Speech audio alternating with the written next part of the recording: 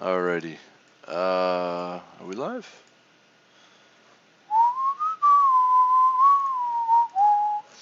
Praise God. I think we're here. Let me let's get right into it today or now.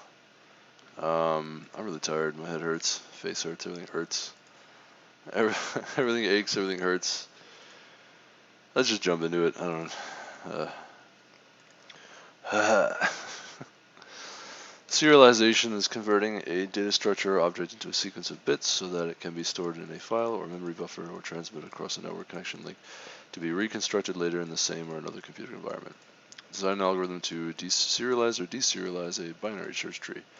There is no restriction on how your serialization deserialization algorithm should work. You need to ensure that a binary search tree can be serialized to a string, and this string can be deserialized to the original tree structure. Coding string should be as compact as possible. 213, 213. Nope. So this is an interesting kind of a question. I really like this. Not that I like these questions, but these questions are particularly interesting, and I'll explain. Number of nodes in the tree is in the range 0 to 10 to the 4th, which is 10,000, and the node values are going to be between 0 and 10,000 inclusive. Input is guaranteed to be a binary search tree. Awesome. So the whole deal is this isn't as much of an algorithm as much as it is a format specification. So basically, you could alternatively understand this as an encoding specification that you're going to design.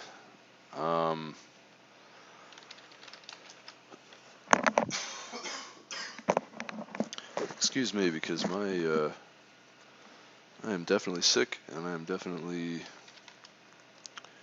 in a degree of pain. Not a lot of pain, but enough. Oops, that's not what I meant to do. Oh, okay. What did I even just do? How did I do that? Tab? Go shift tab? Oh, okay. Learn something new every day. Yeah, so basically, we want to take a binary search tree, convert it to a string, a unique string, and then we want to basically pretty much define like a one-to-one and onto function between a string for a binary search tree to a string, and then backwards from the string to the binary search tree. And we can attach to the string whatever like header of information we want. And we can assume or attach as part of the data that's being sent. We can have some kind of header format if we wanted to specify like what the format is going to look like.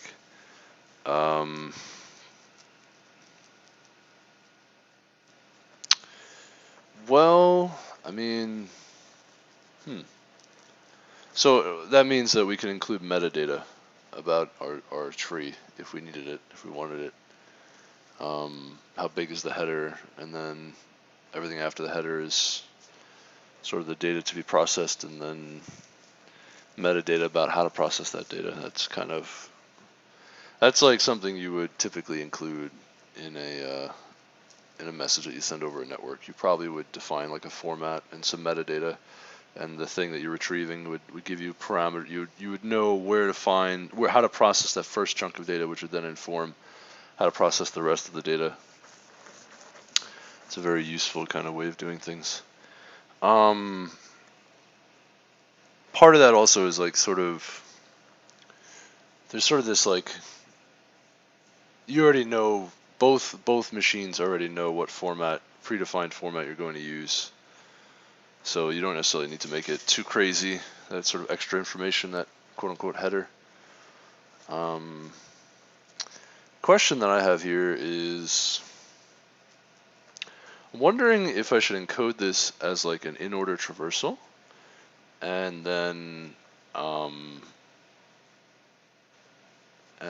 have like, you know, the data, and then look to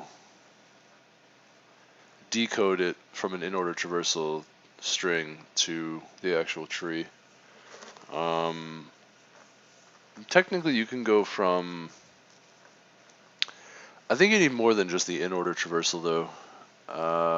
Pre-order, post-order, in-order. I'm trying to think what information I would want to give in order to reconstruct the tree. That's kind of where my mind is right now. I mean,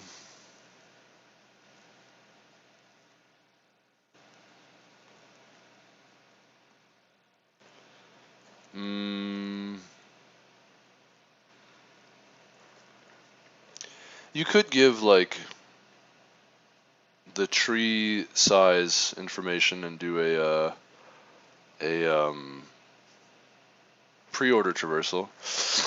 So you can say how many nodes, each node you could specify how many elements out represents that part of the tree, right? Like you don't necessarily need to give it a pre-order and a post-order. You can give it whatever information you want. I think like one of the easier things is do a pre-order traversal, and each data element you have maybe just like a comma, which gives you the value. So you'd have like a sequence of data elements separated by, I guess, some delimiter, right? Use like a pipe, and then each data element would have two out values, which would be the first one is the actual value at that node, and then you can actually do two. You can actually do two data elements.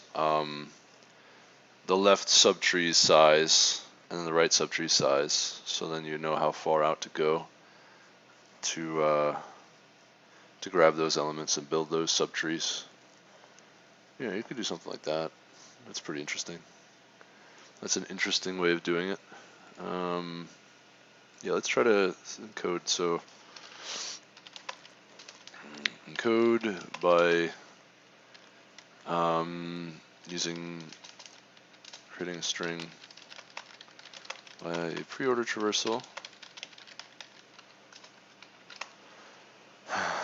The elements in the string will be sequential and will contain three values.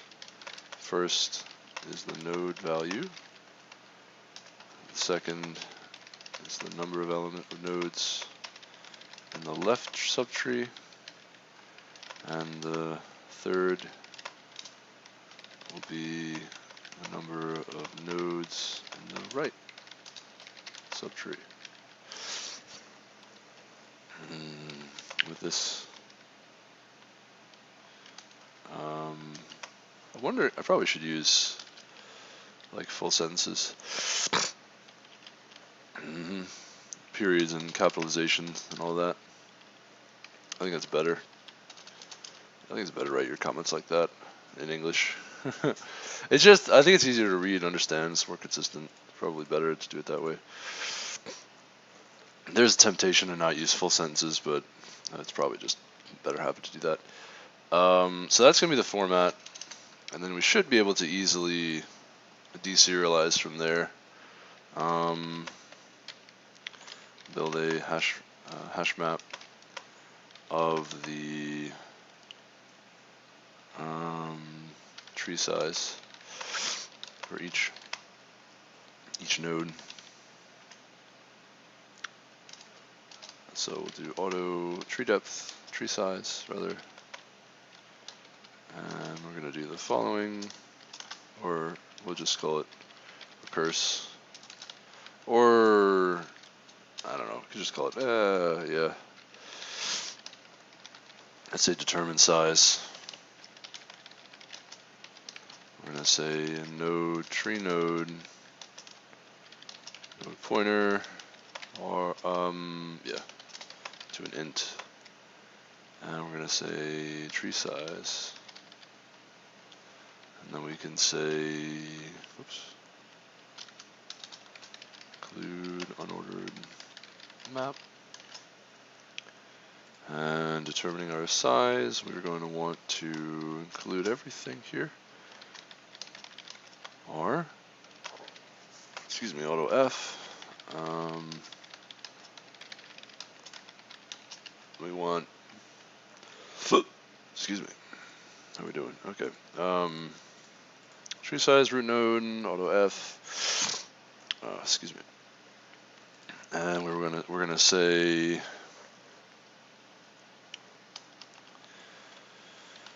base case if not R, turn 0. Otherwise, we're gonna say left subtree. Left is R, F of R left, and right is F of R right, and return left plus right plus 1. This should be fine, right? Left, right. You don't even need these, do you?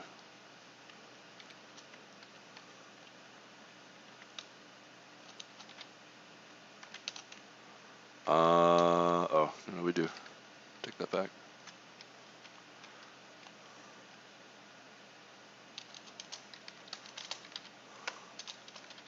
Actually, yeah, go back. No, we're fine. I'm doing this wrong, I think.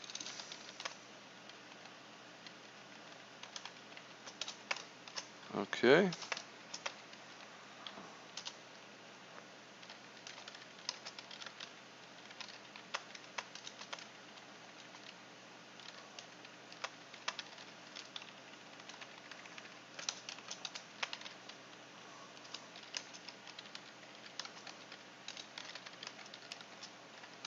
Whoops. Whoa.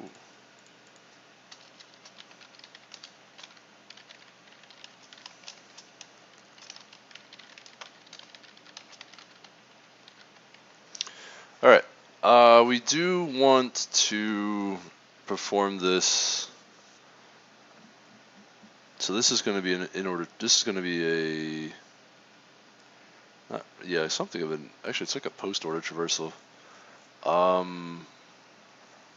Take a look at the left subtree, and then look at the right subtree, and then add those two together and add 1. I just want to make sure this doesn't cause problems. Should be okay. Just thinking.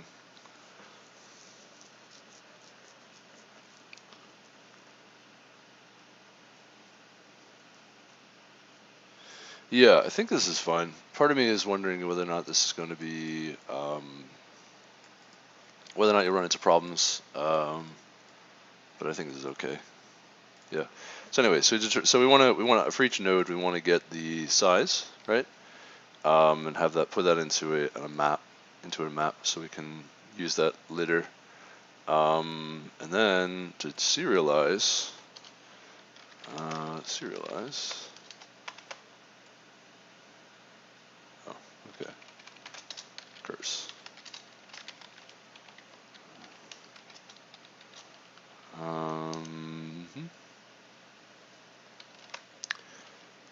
Perform the above mentioned pre-order traversal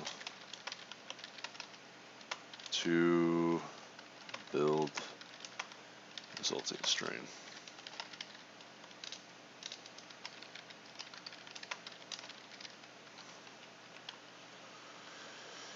Alrighty.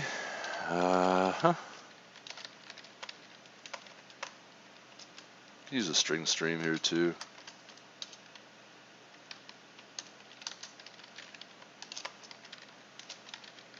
I think it's S stream.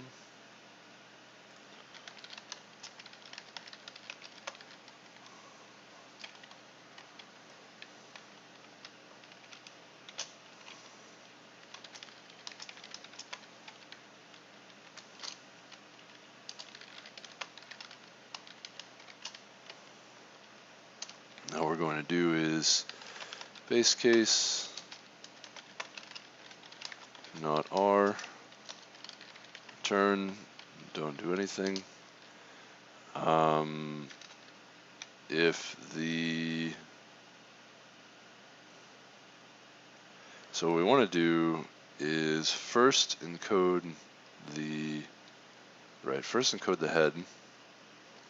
So encode Code the head. So result string new encoded, new encoding.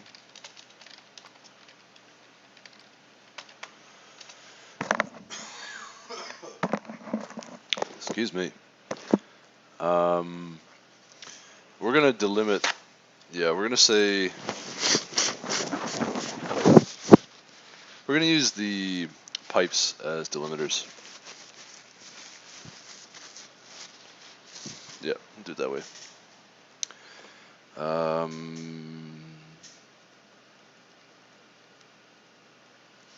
Just thinking if we want to have a starting pipe and an ending pipe, or not have an ending pipe at all. We could remove the last pipe, I guess. That's probably fine. That doesn't matter. We'll just ignore the last pipe. I think that's okay. Keep it simple. So encode the head, new encoding, start as an empty string. We'll say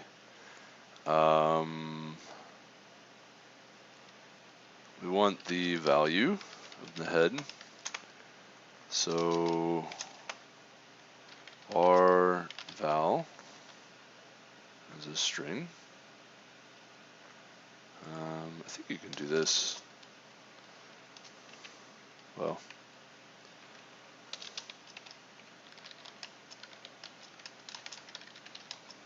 yeah, something like this is fine. Then we have comma, delimit with commas. So we have the head value. Then we're going to say the left substring. So we have tree size left substring, and then the other side right substring. Okay, and then we're going to add pipe character for a delimiter. So that's encoding the head, and now we're going to take our result and do encoding, right? And then we're going to recurse auto f, call f on our left, and yes, that's fine. Yeah, see, we'll get the 0 in there even if it's empty. That's fine. So our left of f and right side as well. So what this is going to do, when we call this on the left side, this is going to give us how big the left subtree is, right, with the second element size. And then this will tell us how big the right subtree is. So we can easily split, when we deserialize, we can easily kind of figure out how far we need to go. Excuse me, to process each subtree. Yeah, hopefully that makes sense. I think that's what we need to do. That's enough. That should be enough information. Go with the head, encode each. I guess we'll have periods to everything. I don't know. It feels weird to have three words with a period. Encode each subtree in order, left to right. And then we give that string, right? So we recurse on R, which is root. And recurse is going to be, excuse me, the function that we're going to make use of. Okay. Doesn't return anything. So now when we decode, what we're going to say is parse character by character using the above format. And where's character by character?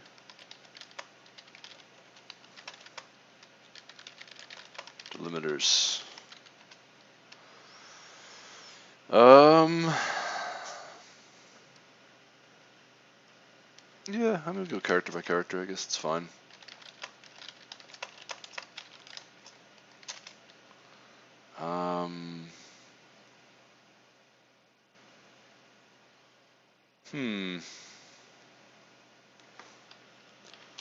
Int current value equals 0.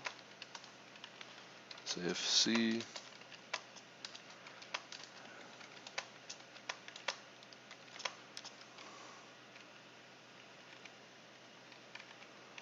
and C is a digit, current value is going to be equal to 10 times what it was, and add C. Otherwise, C could be a pipe, in which case I'm going to have a standard vector of, you could do an array really, an int array, size 3. I hope I could do it that way. I don't know that I can.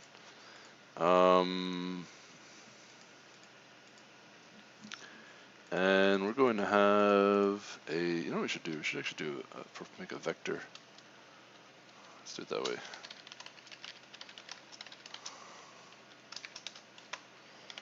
Else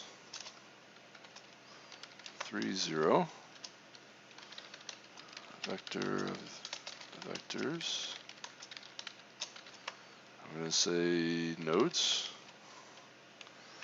Alrighty. So we're just going to dump everything into the node. This vector of data elements first. We're going to parse first. To inform. Place the result into a vector of nodes. Each node is represented vector of 3 elements. Alright, let's do it that way. So we see a pipe. Now we're going to say nodes.pushback current value.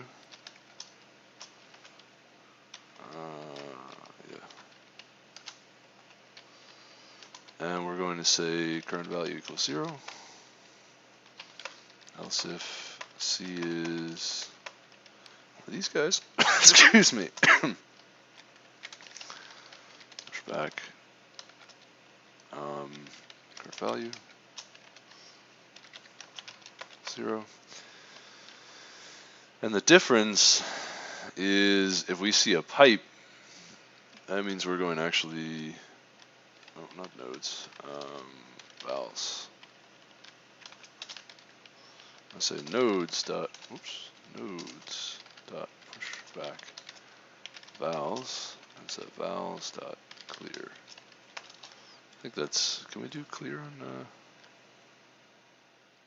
on, well, you could just reset vals to 0, 0, 0. Yeah, so when you see a pipe, you're going to reset this back, push nodes. So actually we are just going to process everything with all these delimiters, just process it directly as it is. That should do it. So that'll give us our nodes. Reassemble the, by the way, you could delete this tree, I think, when you're done. More or less delete it. Reassemble the tree from the nodes vector. It's been derived from the input. Okay. So now to reassemble the tree, what we want to do is we're going to go node by node, and the head is the value. So we'll say, we can do it somewhat recursively, I think. So let's say reassemble.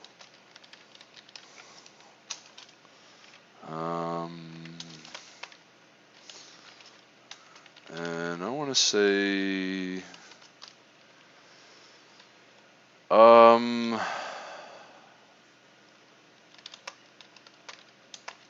let's say int A, int B, and I'll explain why in a moment.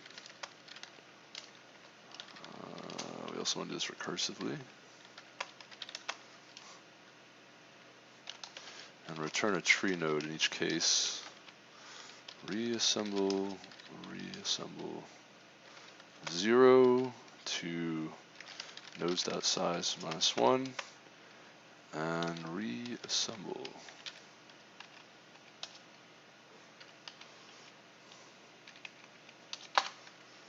Okay. Alrighty. So why are we doing things this way? I think I can explain, but let's just see. So,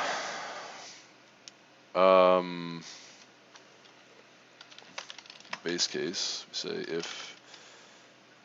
if A is greater than B, then just return a null pointer.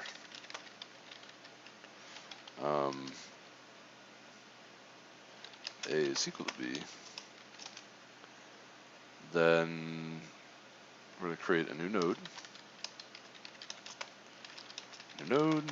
New tree node. New node value is going to be so vals of A and B. So it's going to be, actually I don't know if we need to make this excuse me. I don't know if we actually need to make this a base case. So we won't. So we're going to say int A, or say A is nodes of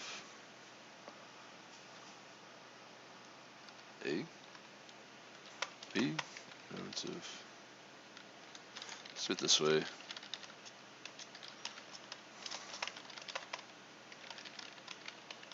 Right, it's a pre-order traversal. So the first node is going to be the head node, right? So we take our vals and send it int A is vals of 0, B is vals of 1, and you can use in like newer languages or the newer features for C++, instead of using like a vector of ints, we could do a tuple of three elements. And then transmit tuples instead of vectors, I guess. Something like that, I don't know. It really doesn't matter. Or we can construct tuples rather. Excuse me. Well, actually,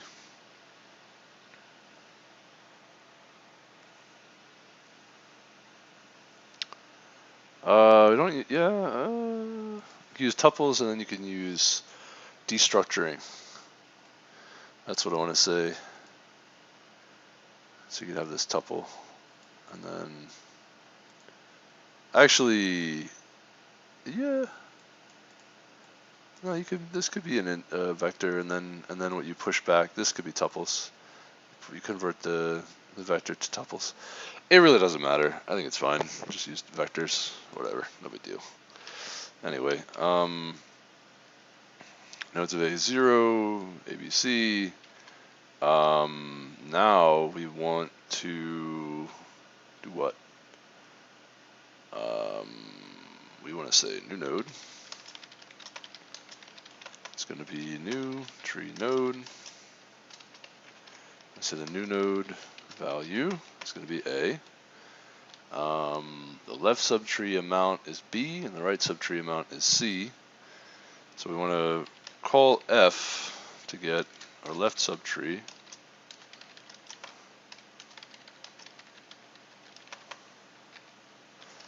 And do the same thing for the right subtree. Also, we're kind of over on time, I think, here. Yeah, it's been over 30 minutes.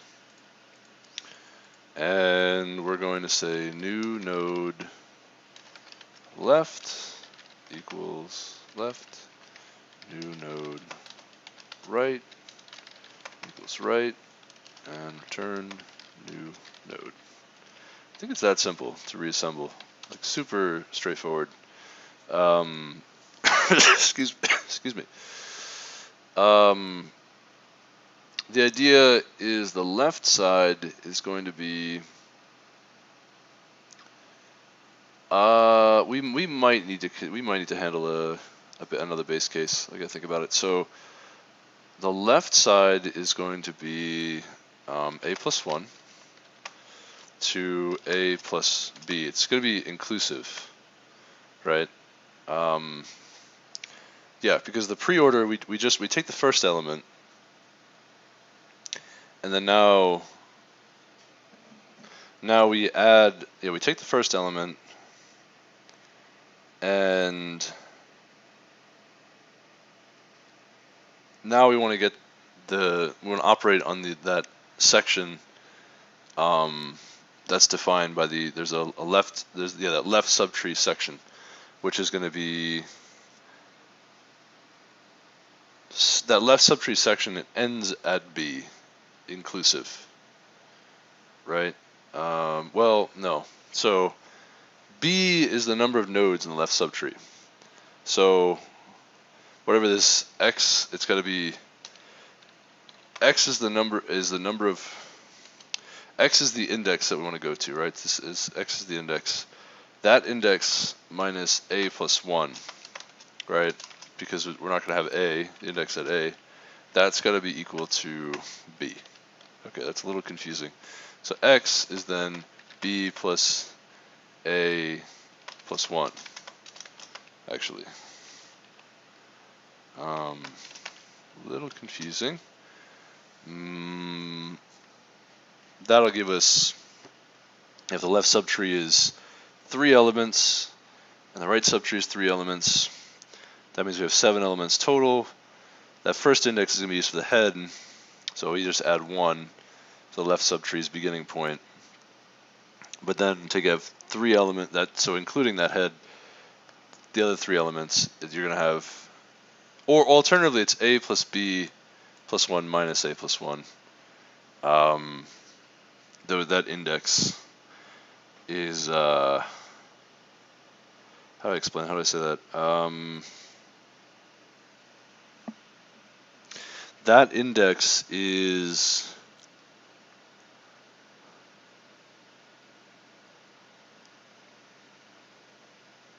you're including both ends to get 3. So if you had like 0, 1, 2, 2 minus 0, you wouldn't add, oh, you would add 1, yeah, plus 1. So a plus b plus 1 minus a plus 1 plus 1 should be b. So that's really confusing. So actually, this should be a plus b. A plus b minus a minus 1 gives you b minus 1, and you add 1, you get b. That's the number. That's so confusing. That is so confusing. Yeah, that's right. It's x minus a plus 1 should equal to b. So that means that x minus a minus 1 plus 1 equals b, which means that x equals b plus a. Yeah, okay, I had that right. Super confusing, but yeah, that's it. Similarly, you do a plus b plus 1, and then I think it's got to be similar thing, a plus b plus c and f, right? Now what's going to happen here is this a plus b plus 1 is included, and it's got to be a plus b plus c minus a plus b plus 1, which gives you c minus 1 plus 1 should be c. Yeah. Confusing, but shouldn't be too bad overall. Don't really need to just say a plus b, and we have x, and x plus 1. I mean, the compiler would automatically add this part, but that's okay. And then you don't really need to bother with more base cases because this will automatically get handled, I think. So that's pretty good. So I think something like this is all you need without, if you didn't have compiler errors, which might be that one.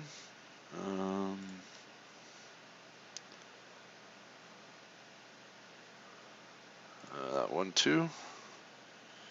Forgetting that one as well. Forgetting these are functions, internal sort of local functions, local lambda functions.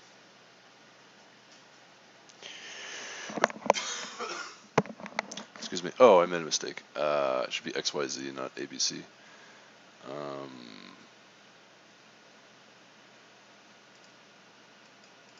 Yeah, that's also a big mistake. Just call this one T. It should be X. Actually, this should be the beginning of A. It should be A plus 1 to T, and it's not A plus B, it's A plus Y. That's okay, it's also confusing. T plus 1 to T plus Z, it would be.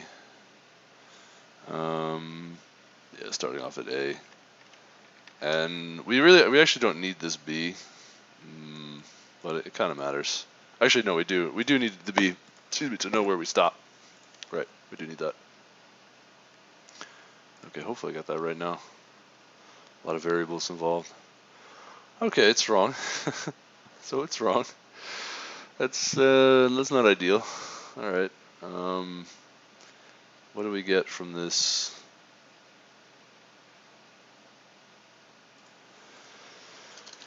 Oh.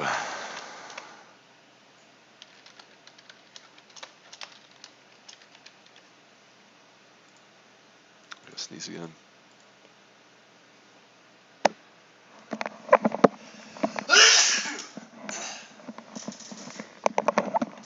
Excuse me. Oh boy. Oh boy.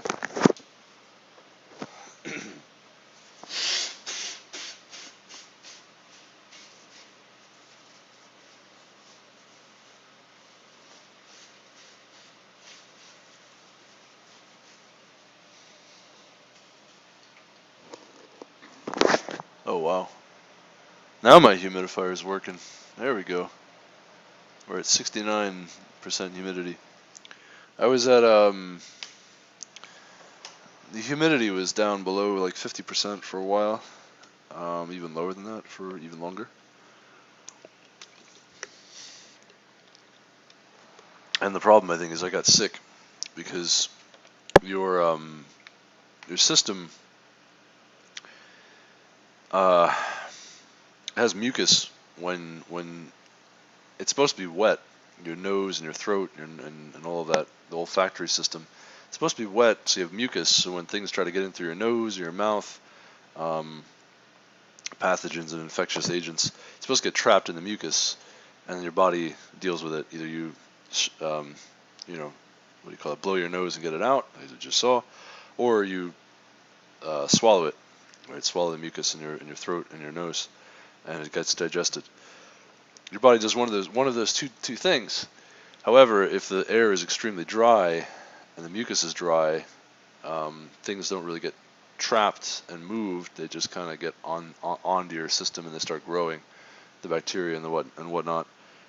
And then you get an infection, and that's basically I think what happened to me is I got an infection because I was in dry air for such a long extended period of time. Now I'm sick. My body's got to fight the infection.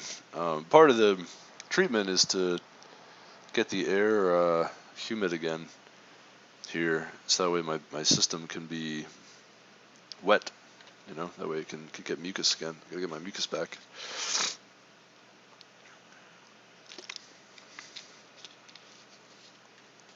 And I've been noticing people around me getting sick, coughing and sneezing and whatnot.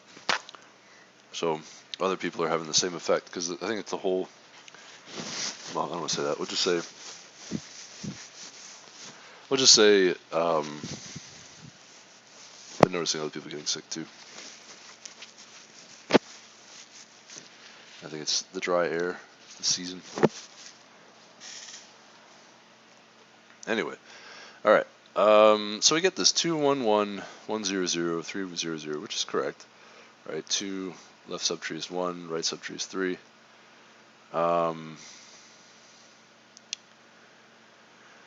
And yeah. So now what happens? We get that's sort of what we, so what did we get with our nodes? Let's see. Um,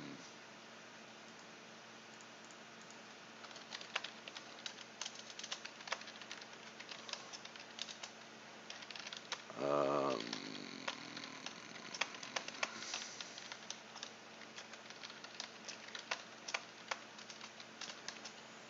so 1,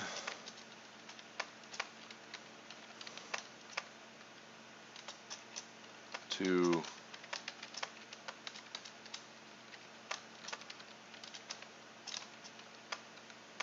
3,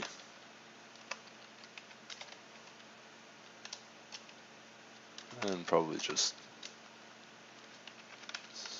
new,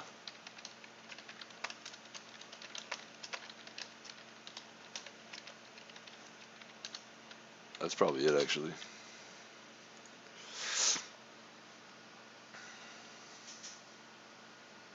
What's wrong? Oh, not sure how that happened. So all zeros. Okay, not what we were expecting. Oh, that's why. Oh no, no. Should be fine. What? Why do we get all zeros? No. Not what we're expecting.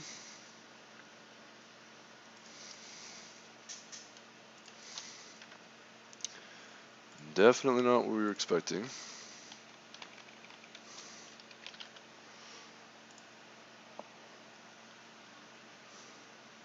Okay. Why? So C,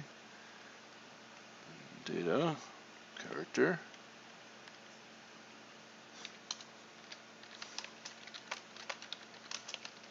What is this? Very confused. 2, 1, 1. So yeah, so 2. Vowels push back.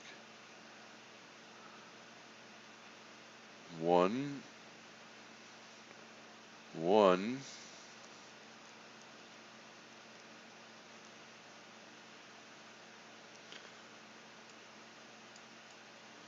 Reset vowels to empty. 2, 1, 1, 1 again. 0, 0, 3, 0, 0. Okay, so that's what it's supposed to be. Now what's in nodes though?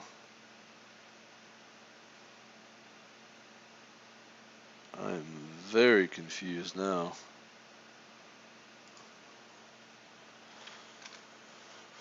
Oh, okay. Sure.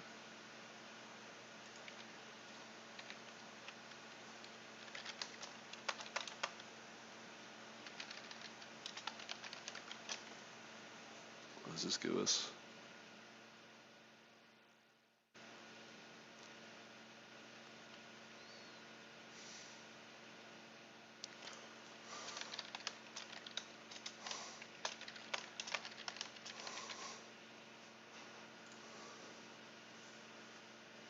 Okay. 0, 0, 0 here. Oh. What?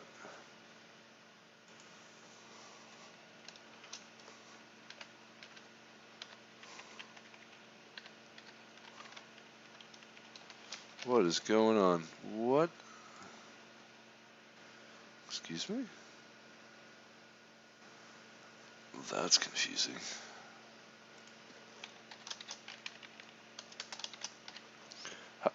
Huh?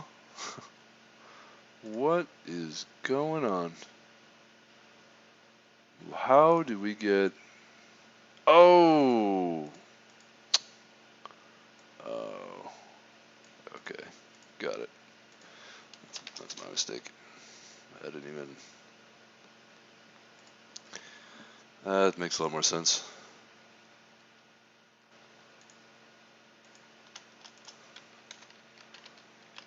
Yeah, probably should just... Alright, never mind. I did this wrong. Let's go. Let's make this an array.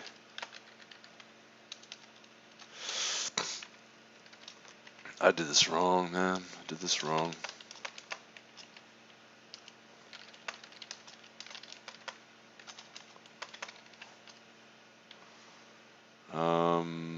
Yeah.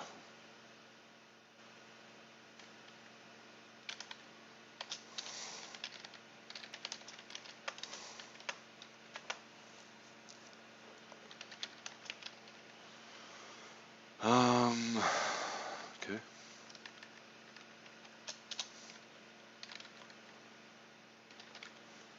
I think this is what we need, or how we can do this.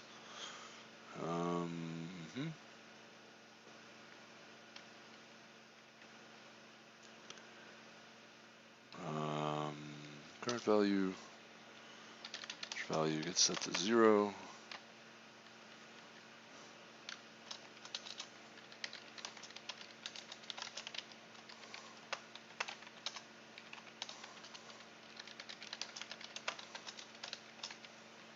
Something like this. What does this do? Excuse me, oh, it's not assignable. No kidding. Okay. Alright.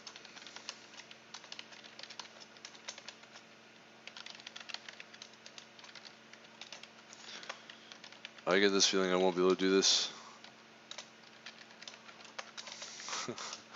That would be really annoying. Excuse me. That's great. Okay, hold on. Don't mind me. Just been programming since I was 15. Just been programming for 14 years. Don't mind me. That's great. That's great.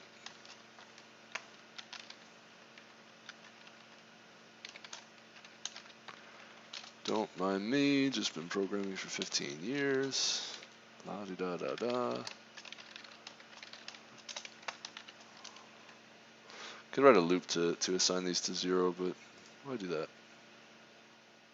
Is it int 3 or 3 int? I don't remember.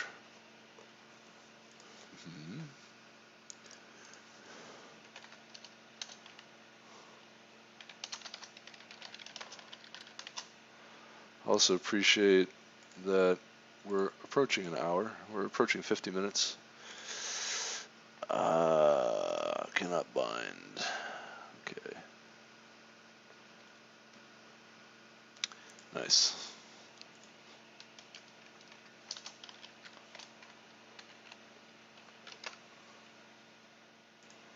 Can you do a reference? Does that work?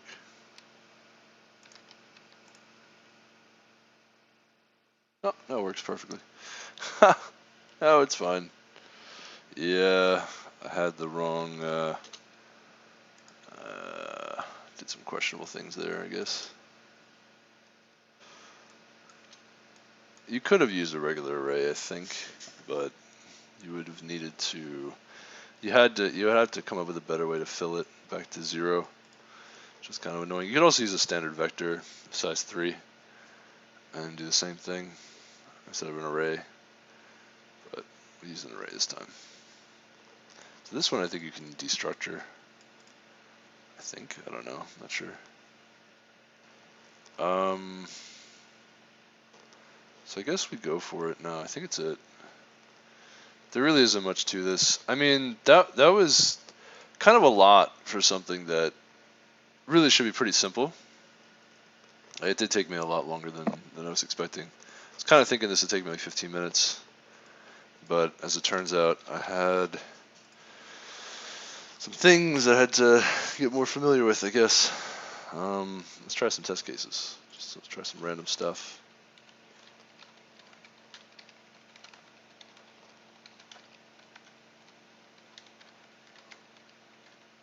The values are all non-zero. I think it has to be unique, the numbers as well. I don't know if the third one is going to be a valid test case. Oh no. Must be strictly increasing. Nice. Nice. Excuse me. Yeah. This actually would work for any kind of a binary tree, this code, but they want strictly a binary search tree. So this has got to be a search tree. So let's put 10 where 1 is. Swap those two. And then we've got, where's this, 1,000? Put 1,000 where 5 is. Let's do that.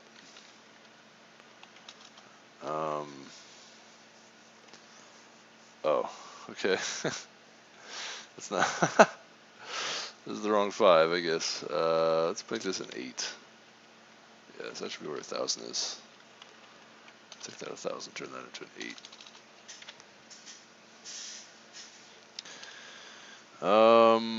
We have 2 1s also. Make one of these a 2. So this other 1 will make it where that 0 is. So swap this 0 with a 1. Swap that 1 with a 0. And then swap that 3 with a 0. Swap that 0 with a 3. Okay. Maybe we should do 0, 1, 2, right? So 8 and 1 should swap.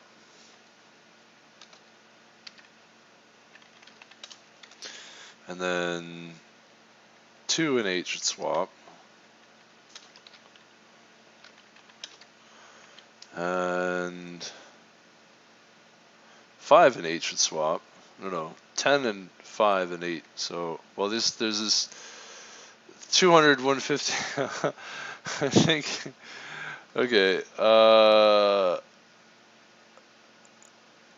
We have 3 elements: 200, 150, and 127. We need to make those between 3 and something to the right. So, maybe we'll put the 5 and the 8 and the 10. Okay, I got it. 127 is going to go where 10 is. And then we're going to swap those two. And then 5 and 8, we're going to put the 8 where the 200 is. And then we're going to put the 5 where the 8 is. Okay. It's taking so long. Alright.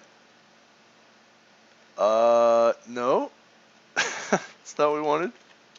5 where the 8 is. The 5 where the 150 is now. Turn 5 into 150. Turn 150 into 5. I gotta sneeze. Excuse me, not sneeze, but just. Alright, there we go. I think that's a valid input now. Oh, okay. I guess not.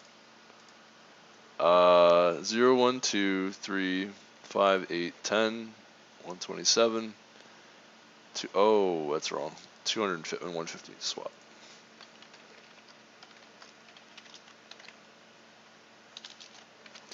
Alright. I think we got it. Did we get that? Did we win? Did we win game? There we go. Okay. I think we go for it. I don't know. Hey, sweet.